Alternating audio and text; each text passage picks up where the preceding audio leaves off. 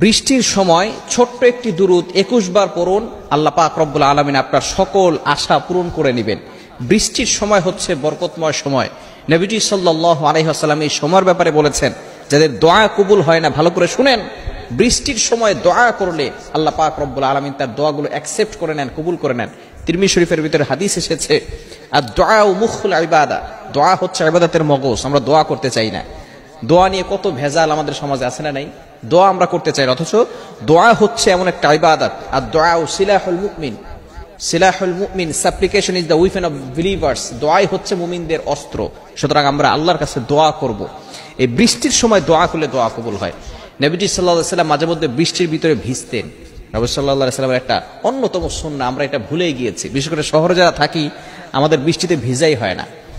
নবীজি সাল্লাল্লাহু আলাইহি ওয়াসাল্লাম বৃষ্টির সময় দোয়া করতে বলেছেন। তিরমিজি শরীফের ভিতরে হাদিস এসেছে, লা ইউরাদ্দু, ওই দোয়া কবুল করা হয় না যেই দোয়াটা বৃষ্টির মধ্যে করা হয়। বৃষ্টির মধ্যে দোয়া করবেন। এই বৃষ্টির সময় দোয়া করার আগে আপনি ছোট্ট একটা দুরূদ 21 বার পাঠ করবেন ইনশাআল্লাহ। এরপরে আপনি যা দোয়া করবেন সেটা আল্লাহ তাআলা কবুল করবেন। মনে রাখবেন, দুরূদের ফজিলত অনেক বেশি। আপনি যখনই দোয়া করবেন, যদি আপনি দুরূদ না পড়েন, তাহলে এই দোয়াটা মুআল্লাকুন, অর্থাৎ আসমানে গিয়ে ঝুলন্ত অবস্থায় থাকে, পেন্ডিং আছে না? আমরা যখন কাউকে মেসেজ সেন্ড করি, যদি অ্যামাউন্ট না থাকে তাহলে সেটা পেন্ডিং অবস্থায় থাকে।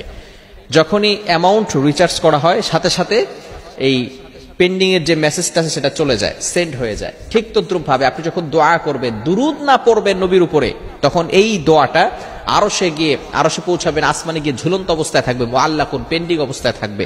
যখন আপনি দুরূদ পড়বেন, সাথে সাথে এই দোয়াটা আরশে আজিমে গিয়ে নক করবে। এজন্য আপনি 21 বার বৃষ্টির সময় যে দুরূদটি পড়বেন সেটা হচ্ছে আল্লাহুম্মা সাল্লি আলা মুহাম্মদ।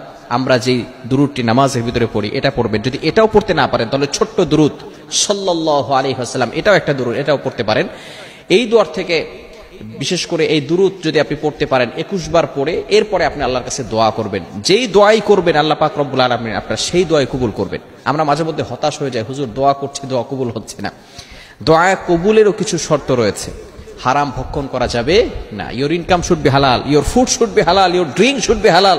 আপনার অলওয়েজ হালাল হতে হবে, হারাম ভক্ষণ করা যাবে না। যারা হারাম ভক্ষণ করবে, কিয়ামত পর্যন্ত দোয়া করলেও তাদের দোয়া কবুল হবে না।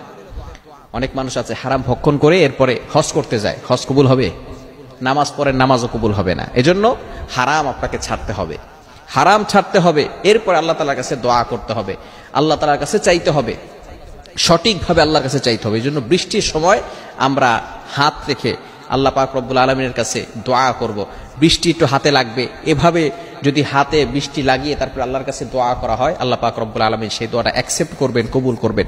অনেকে আছেন সন্তান কথা শোনে না, পিতামাতা দেখা যাচ্ছে সন্তানের উপরে জুলুম করে, অনেক সময় দেখা যাচ্ছে স্বামী কথা শোনে না, স্ত্রী কথা শোনে না, মেয়ের বিয়ে হচ্ছে না। এভাবে আপনি দোয়া করেন, আল্লাহ পাক রব্বুল আলামিন আপনার সকল আশা পূরণ করবেন। আল্লাহ পাক রব্বুল আলামিন আমাদের সকলকে আমলটি করার তৌফিক দান করেন।